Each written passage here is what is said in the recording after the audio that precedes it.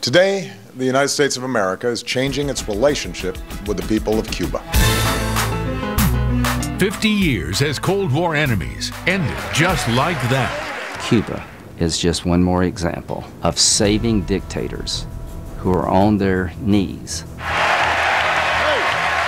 Our shift in Cuba policy has the potential to end the legacy of mistrust and extends the hand of friendship to the Cuban people. That hand of friendship might be cold comfort to those who suffered and suffer as a result of Castro. Every time we would complain about the living conditions at the prison, we would be assaulted and punished. You name it, and there is no crime that regime has not committed. Fox News reporting, Cuba losing the last battle of the Cold War. From Washington, Brett Baer. Fidel Castro and his brother Raul have ruled Cuba through 11 U.S. presidencies. They've often been a thorn in America's side. And now, in their waning years, as Cubans ponder life without the Castros, America has been reaching out to the regime.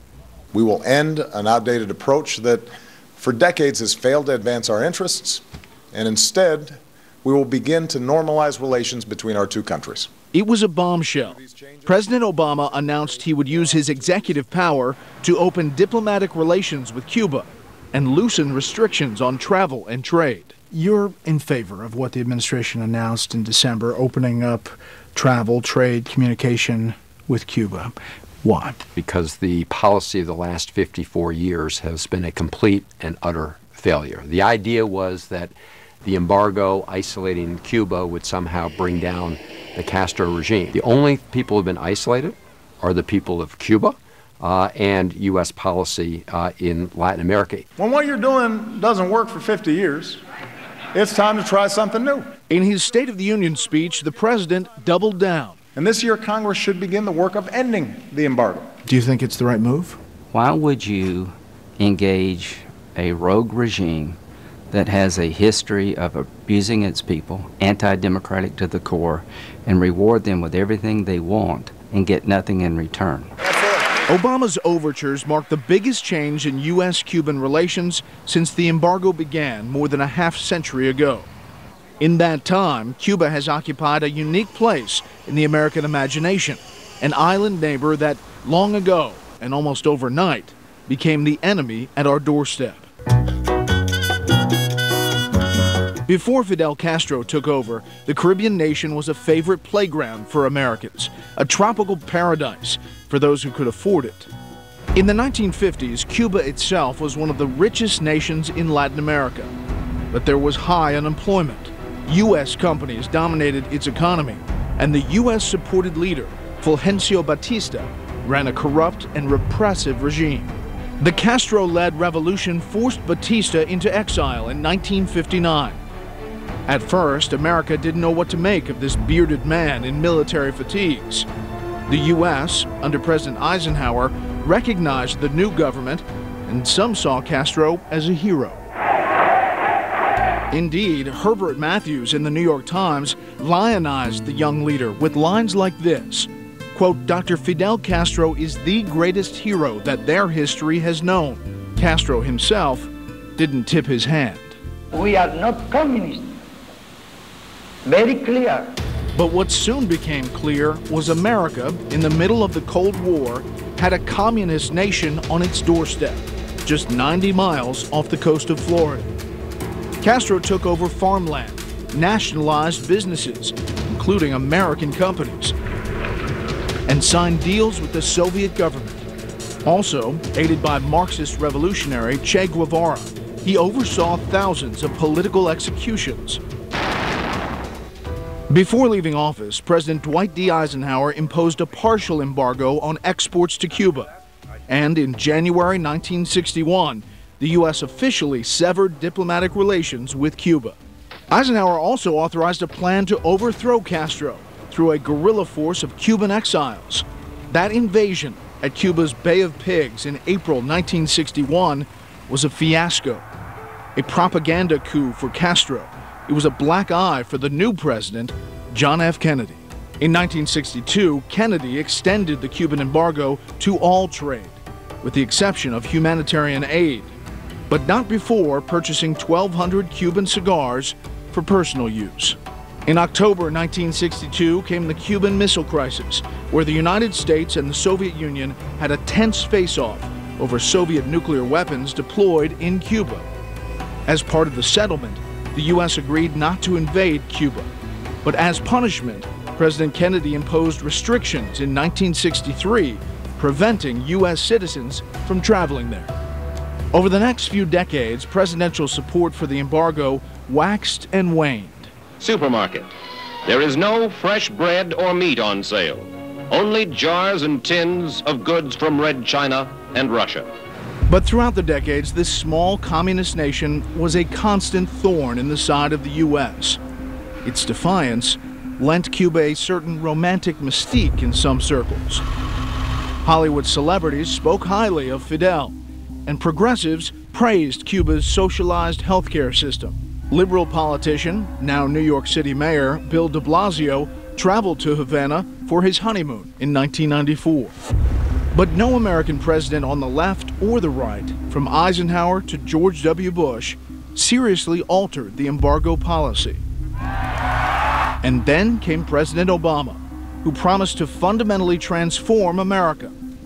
Whether or not he succeeded is a judgment call, but there can be little question now he's fundamentally transformed our relations with Cuba.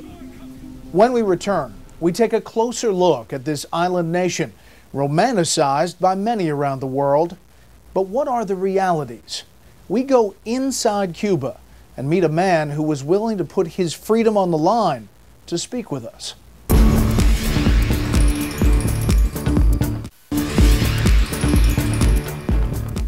Wilberto Parada Milan, a member of the Patriotic Union of Cuba, knows firsthand the limits on freedom inside Cuba.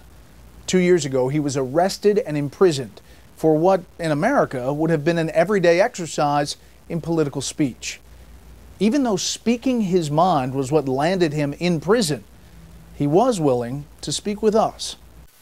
Me llamo Wilberto Parada Milan. My name is Wilberto Parada Milan. I was born in Santiago, Cuba. I do think my life is in danger by speaking to the media. I use this form of communication also to notify the world about my situation. And if something were to happen to me, then everybody knows the truth.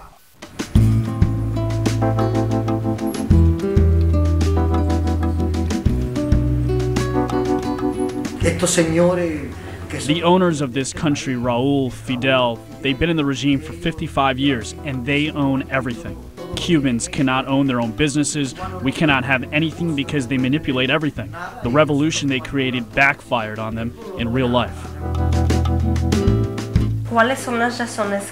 Can you explain a little bit more about March 23rd? On March 23rd, during a peaceful rally at Obispo and Compostela streets asking for changes on the island of Cuba, the police arrested me. This was the shirt I wore the day of my arrest.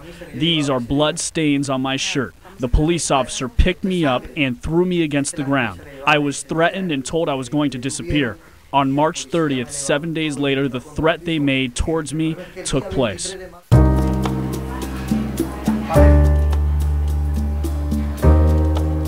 I thank God that I am alive because they could have killed me.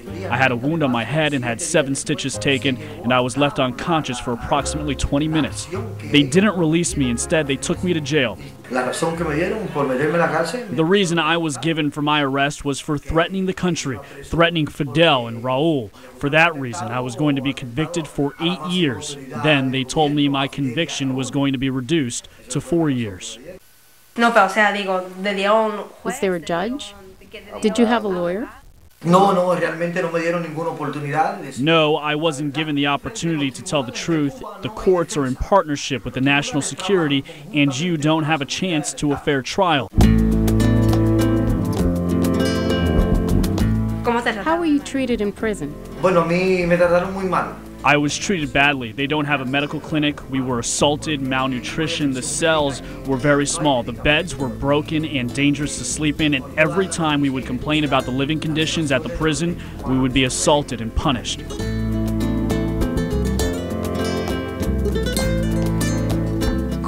How has this affected your family? Mucho ha afectado. It has affected my family a great deal. My son gets up in the morning, and the first person he asks for is for me. Where's Daddy? Where's Daddy? I have to reassure him that I am not leaving. I'll be here with you. I'll be here with you. How did your wife deal with your absence while you were in prison? She has cried a lot. She suffered a lot. Now we are happy and we are together.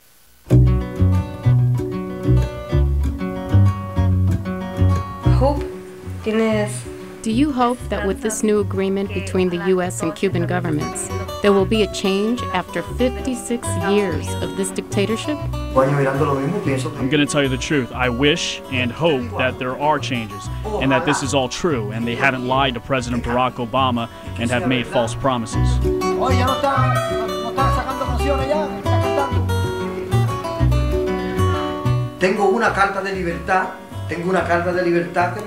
I have a letter that was given to me when I was released from prison that states I was released because I was sick. I'm not sick. I feel like I am still in prison. I am not free. I am still a prisoner of Cuba. As we see, the people inside Cuba are reminded every day of the limits on their freedom. But even those who escaped generations ago carry with them the scars of the Castro regime. And later, we'll hear from our all-star panel on the administration's sudden turn toward Cuba.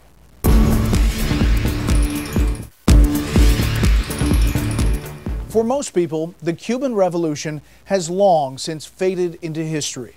But for one group, it's something they keep with them every day of their lives.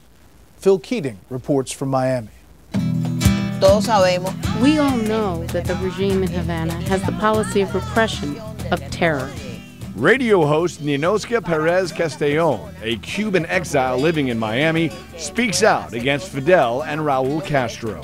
Well, for the last 56 years, if you look back, you're still seeing the same crimes that were committed at the beginning of the revolution. Her show is 2 hours long, but every minute is filled with stories about the daily abuse and violence Cubans endure at the hands of the Castro regime. I have reported on everything from 6-month-old children dead on a tugboat because they didn't want them to leave Cuba, drowned in the Bay of Havana, to American citizens, pulverized in international airspace. So you name it, and there is no crime that regime has not committed. Perez was only 8 when her family escaped Cuba, just months after Castro came to power. But half a century later, those horrific memories remain fresh in her mind. People were taken before the firing squad without a proper trial. And all these you would watch on television. You would see men being taken before the firing squad right in front of your eyes. And I remember going to a prison where they had taken my uncle, and the firing squad was there, and a lot of the women fainted because they would have to walk by that place, and you would see that it had been washed, but you could see blood stains from the night before. So it was really a horrible time. Perez may have a prominent perch from which to tell her tales, but Miami is filled with exiles who have plenty of stories of their own. I always say that every Cuban is a book because of what their family went through, what they went through to leave the country. So you don't have to tell too much to the people in Miami what Castro is because they lived it.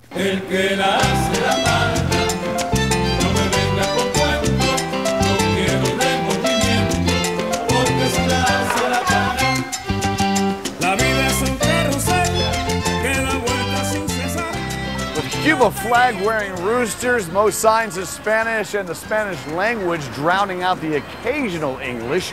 You can walk down the street and suspect maybe you are in Havana, but no, this is Miami's Little Havana, along Calle Ocho, Spanish for 8th Street, where many of the old-school original wave of Cuban exiles still live here, drinking their super strong Cuban coffees, and their hatred for the Castro brothers remains just as passionate today as it was when they fled their homeland.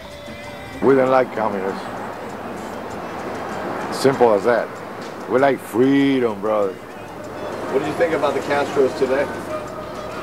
Same thing as yesterday. Criminals. Criminals. I feel like we're trying to negotiate with Hitler. What are your thoughts on the Castro brothers? Bunch of mother. The Cuban community in Miami has always been a loud and influential one, unified and certain of one goal: the total defeat of the communist Castro regime.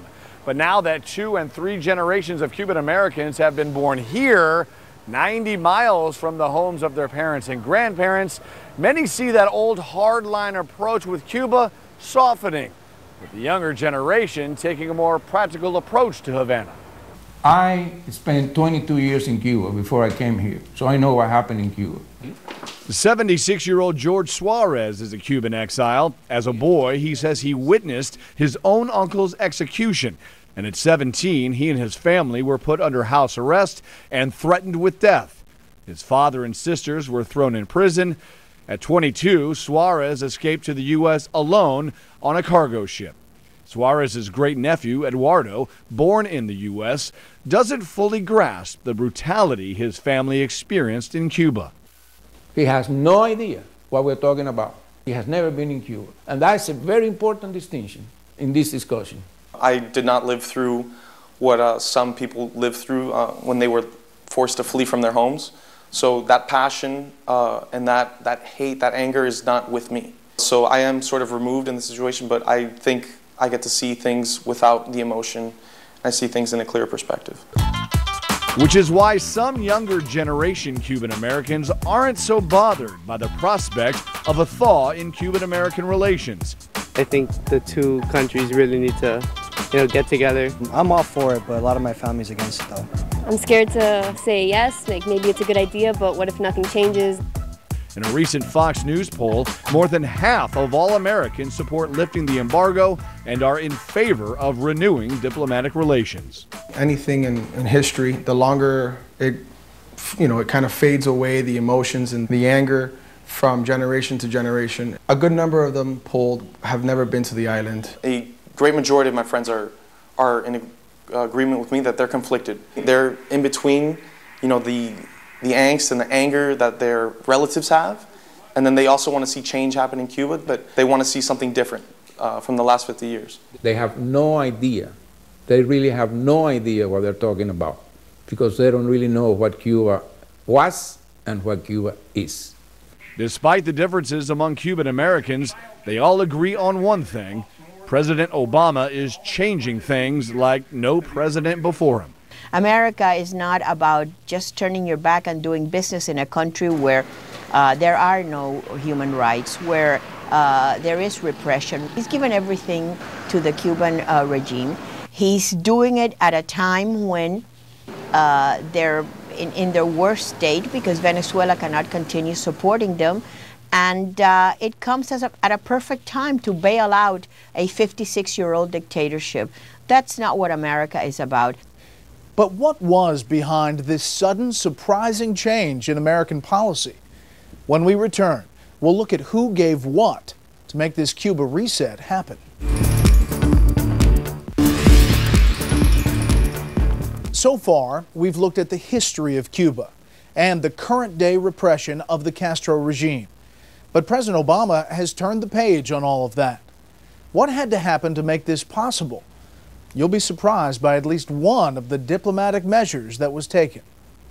It took people by surprise when President Obama announced the change in America's Cuban policy, but it didn't happen overnight. It was preceded by 18 months of intense negotiations, including many sessions in Canada, where both sides could meet in secret, as well as discussions at the Vatican, where the Pope helped broker a deal. President Obama had for years hoped for a more open relationship, and so did Cuba. But the biggest sticking point was a prisoner swap. The U.S. wanted freedom for Alan Gross. Gross, who worked with the U.S. Agency for International Development, was arrested in 2009 for distributing to Cuban synagogues communications equipment that wasn't under the control of the state. He was held without charge for 14 months, quickly convicted in 2011 and sentenced to 15 years. Meanwhile, Cuba insisted on the return of the Cuban Five, spies who'd infiltrated the Cuban exile community in Miami. One group they targeted was Brothers to the Rescue, who flew small planes along the waters off Florida searching for refugees fleeing Cuba. In 1996, based on information fed by the spies, Cuba shot down 2 planes flown by Brothers to the Rescue, killing 4. The 5 spies were arrested in 1998 and convicted in 2001. Once the exchange was agreed to by Cuba and the Obama administration, the way was then clear for diplomatic relations. I talked to Representative Chris Van Hollen of Maryland, who was in the delegation that just returned from Cuba. What do you come away with that trip? When I went out of the hotel, landed, put the bags away, went out of the hotel, took a little walk, I had on a pin that had the Cuban flag and the American flag. People on the street came up to me right away, and they said, you know, they were excited about the new relationship, the new opportunity. Which leadership or leaders down there did the delegation meet with? So we met with the Archbishop of the Catholic Church in Cuba, Ortega, who was very instrumental, by the way, together with the Pope, in what became the release of Alan Gross. We met with the dissident groups, a whole array of representatives of the different dissident groups within Cuba, and we met with the Cuban foreign minister. Where do you see Cuba 5, 10, 20 years from now? Well, I don't expect change overnight. I hope over time we will have a growing private sector in Cuba, because their economy right now is really constrained, and that over time that will lead more Cubans to, you know, challenge the limitations on their political freedoms as well. Again, there are no guarantees in this process. While Van Hollen is hopeful, some of his colleagues are highly skeptical of Obama's new policy. What do you say to the people like Chris Van Hollen and other Democrats who say, listen, we're going to get in there, we're going to change it from the inside? You're wrong. Name one time America took a dictatorship and changed it from the inside. What he has done in Cuba has made every other dictator think that maybe Barack Obama will do business with me. This was a time to choke the financing of the Cuban regime. This is a time to show leadership. And as opposed to doing that, what President Obama has done is, in essence, trying to throw a lifeline to the Castro regime. There was a lot of secret preparation up to this point. Your thought on the process and this administration, how it's handled it? The process was horrible. He didn't speak to Congress. He didn't speak to opposition leaders in Cuba. He didn't even speak to Democrats, members of his own party. One part of the secret negotiations that has excited a lot of interest is pretty hard to believe. Gerardo Hernandez, one member of that Cuban spy ring, and his wife, Adriana, back in Cuba, wanted to have a baby. What to do? At the instigation of Democratic Senator Pat Leahy of Vermont, the United States facilitated artificial insemination. Hernandez, in federal prison, had his sperm frozen and transferred to Panama, where his wife was impregnated. The Cuban Five, if you read sometimes the American press and Cuba's propaganda, you would think this was a musical group, but they were not. They were spies. Gerardo Hernandez, whom the United States was so eager to facilitate that his wife would get pregnant through artificial insemination, which I have never even heard of that for someone convicted of killing Americans. Since then, the Five have returned to Cuba and been given a hero's welcome. And Hernandez returned to his wife, who just gave birth to a baby girl this month, thanks in part to Senator Leahy. He's killed for the revolution, he spied for the revolution, he's defied the U.S. government for the revolution, and in the end, he was returned to Cuba thanks to the U.S. government and President Obama. While some feel betrayed, there are those who can't help but take the whole spectacle very personally. He's a murderer, and he murdered American citizens, and I think it's very sad that our president just let him walk out the door. Marlene Alejandre Triana is the daughter of Armando Alejandre, one of the men who died in that 1996 shootdown because of the Cuban Five. He'd escaped Cuba at the age of 10, served as a U.S. Marine in Vietnam, and later became an American citizen. Marlene believes that President Obama has sold out all that her father believed America stood for. So my father fought to bring democracy to Cuba, and I think also it would hurt him terribly, the fact that a country that he possibly could have given his life for and that he went to war for has completely dishonored his memory. In some ways, the most mysterious part of Cuba is a portion of the country that America actually controls, Guantanamo Bay. What will happen to Gitmo? Coming up.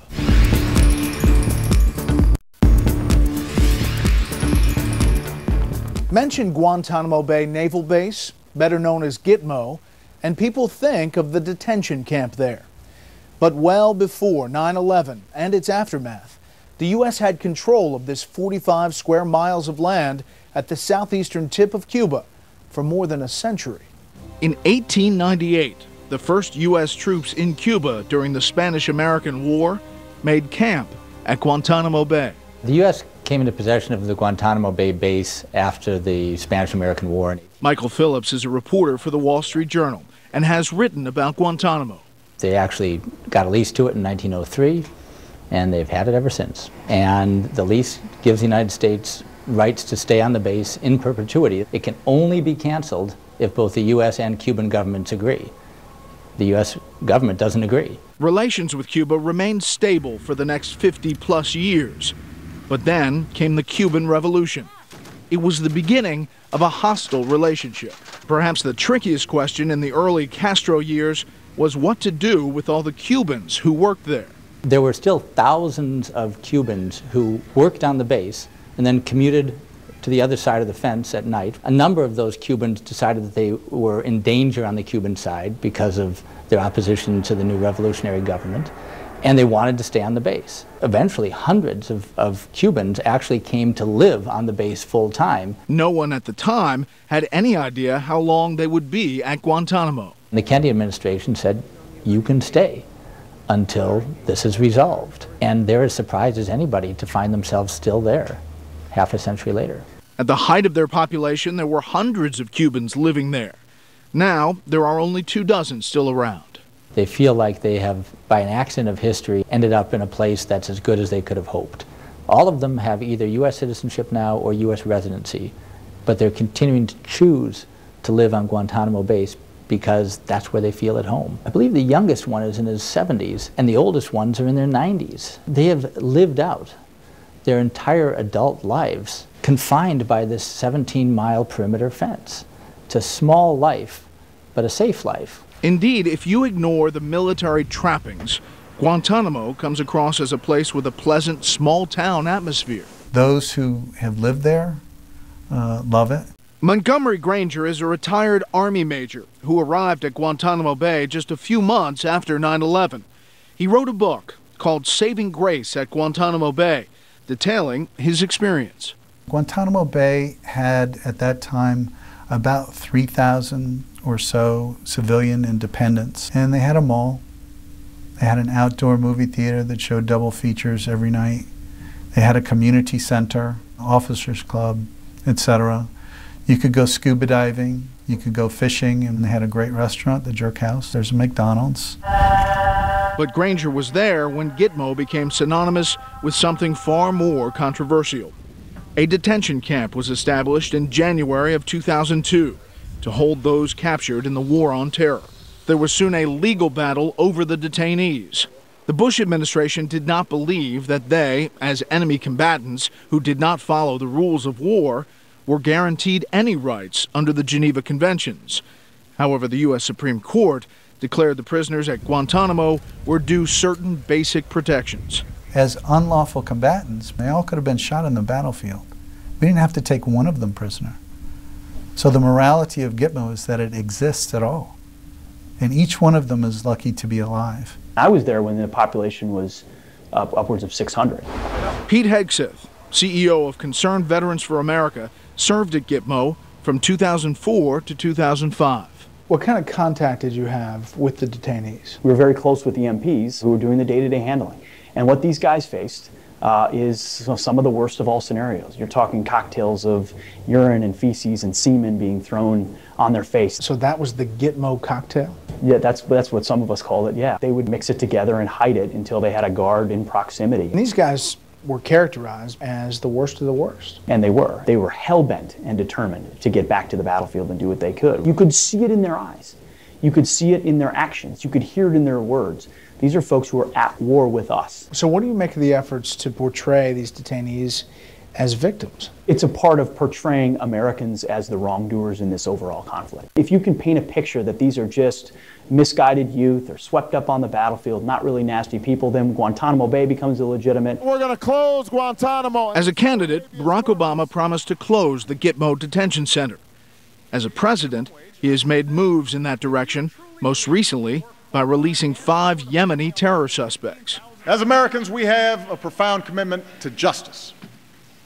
So it makes no sense to spend $3 million per prisoner to keep open a prison that the world condemns and terrorists use to recruit. I cannot get over the fact that this president would continue to release people in the environment that exists today. Al-Qaeda has not been decimated, Mr. President. You're sending them fresh recruits. South Carolina Senator Lindsey Graham has been a JAG officer for 33 years. He recently co-sponsored a bill to limit the president's ability to release Gitmo detainees. We are a nation without a jail in the war on terror when we desperately need a jail. Now's not the time to let people out of Guantanamo Bay. In my opinion, every American can be proud of Guantanamo Bay and the job that our military does there every single day. It's absolutely the best military detention facility on earth, and the Islamist equivalent is a pile of heads. Throughout all the controversy, the U.S. has faithfully made the annual lease payment of $4,085, though the Cuban government refuses to cash the checks.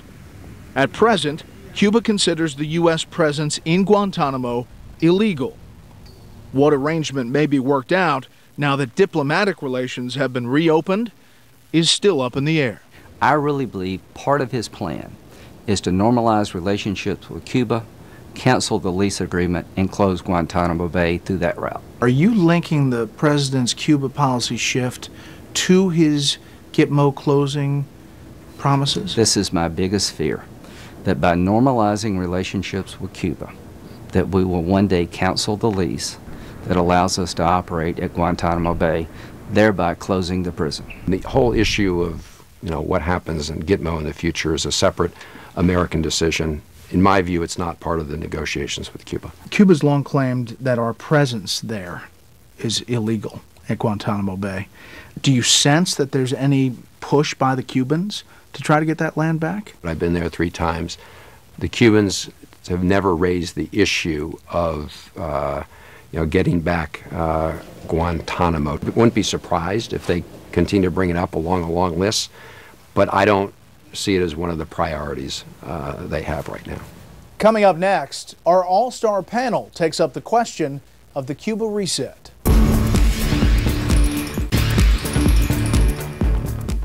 Welcome back. I'm joined now by our all-star panel. Syndicated columnist George Will, Jason Riley, editorial board member of the Wall Street Journal, A.B. Stoddard, associate editor of The Hill, and syndicated columnist Charles Krauthammer. George, your overall thoughts on this policy, these moves, and the fallout? Well, many of the critics of the policy seem to assume that the Cuban regime will crumble when its founding dictator dies. The problem with that is that the Soviet regime survived the death of its founding dictator, Lenin, by 67 years. The Soviet regime survived the death of his successor, Stalin, by 38 years. The Cuban regime that exists today has been remarkably durable. It began under the presidency of Dwight Eisenhower, as did attempts by the United States to bring the regime down.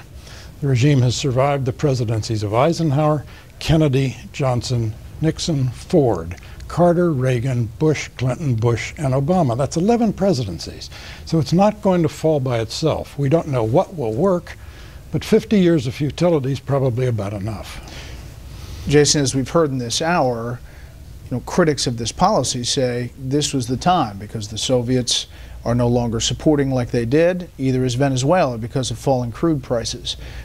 If this is the time, critics say this is a lifeline to the Castro brothers. Well, what we've learned is that if you look at countries like China and Vietnam, you can have relatively economic free countries that coexist with political repression. And that's what we have in Cuba. And you also have to remember, or that's what we could possibly have in Cuba under this regime. And you also have to remember that while the U.S. has not been trading with Cuba for a long time, other nations have. And there's no reason to believe that U.S. dollars will work some sort of magic that hasn't been worked by these other countries in the West that have long been trading with Cuba. A.B.? Well, what's interesting is the way that President Obama, I think, saw this was generational, that, as George said, 50 years, it wasn't working, but that this is an issue that is not of any concern to people who are young in this country. This is now his new policy, is 60% approval rating. It's much higher, almost 70% among younger Americans. And so he's thinking if there's a short-term benefit to this change, to the regime, long-term, he is hoping that like other proponents, it's going to hasten the dictatorship's demise, and that history will view this as the right decision. Critics say, Charles, point to a country where this has worked, where establishing this, opening it from the inside, has changed the dynamic or improved human rights.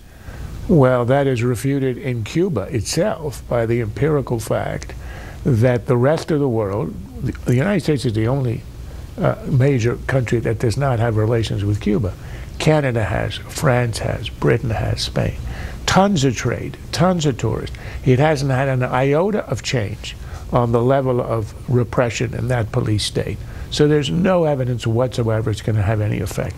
Normalization would be okay in principle if you at least got something in return. You're not going to get the regime giving up.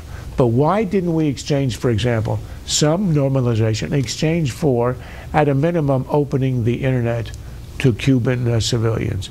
And then for every step, we reward them with something else. Instead, we gave away everything for nothing. I mean, Jason, the difference, you know, with China, Vietnam, there is this business community that's dealing with U.S. business. In Cuba, at least so far, everything you do with Cuba goes through the regime. Yes, that is a big problem. The dollars go to the government, who then turn around and give useless pesos to the masses. And that's something I wish that the administration had pushed to change in these negotiations. One thing, Charles, though, that they're still asking for that they didn't get is for Gitmo. They want it returned. I mean, Obama's talked about closing it, but they want it back. And I think what we've seen in recent weeks in terms of terrorism is that it not only should stay open, it should stay under our control, because we need some place to send these bad guys. But why stop with Gitmo? What about Alaska for the Russians? Didn't we steal that too in some swindle during the Lincoln administration? Seward's folly was paid for. But it's also too soon to say that the deal that Obama struck is the deal, because Congress is freshly assertive in foreign policy. It's flexing its muscles on Iran. It flexed them memorably in the fall of 2013, I guess, regarding Syria, and it has yet to put forward the money and the authorization that will be necessary to fully normalize relations with Havana. Yeah. It can hold out for concessions that the president did not get. A.B., paint the picture on the Hill. I mean, you talk to lawmakers, they say there's zero chance of an official lifting of the embargo, at least not now. And then on the issue of Gitmo, clearly the president is engaged and wants this thing closed. But there doesn't seem to be the appetite in that building behind me for that. Right. In Congress, passions are very high among critics of his decision, and they're going to fight very hard. And that constituency has been organized and galvanized for a very long time.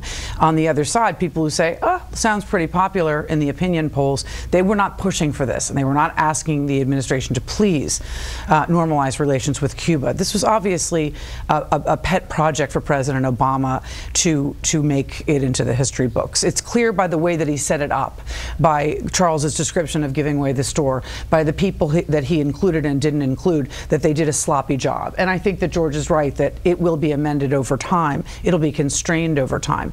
But when it comes to Guantanamo Bay, he made a promise in his campaign in 2007, and then on the second day of his presidency, and he has not been able to fulfill it largely because he doesn't have support within his own party. So though they might be quiet about it, in the end, they don't support it, and he doesn't have the constituency in Congress to close it. As much as he's trying to rush that through, I just believe in the end he's not going to be able to do it on his own. Charles? I don't think he'll close it. If he tried giving it away. I think there'd be a rebellion in Congress that he wouldn't be able to sustain. And as I say, why not Alaska to Russia? Why not Louisiana to the French? And, you know, why stop there? I do think the one thing that Obama has gained by normalizing relations is he now has the optimal place to put his presidential library, Havana. And with that, we are out of time. Thank you for watching our special program, and good night from Washington.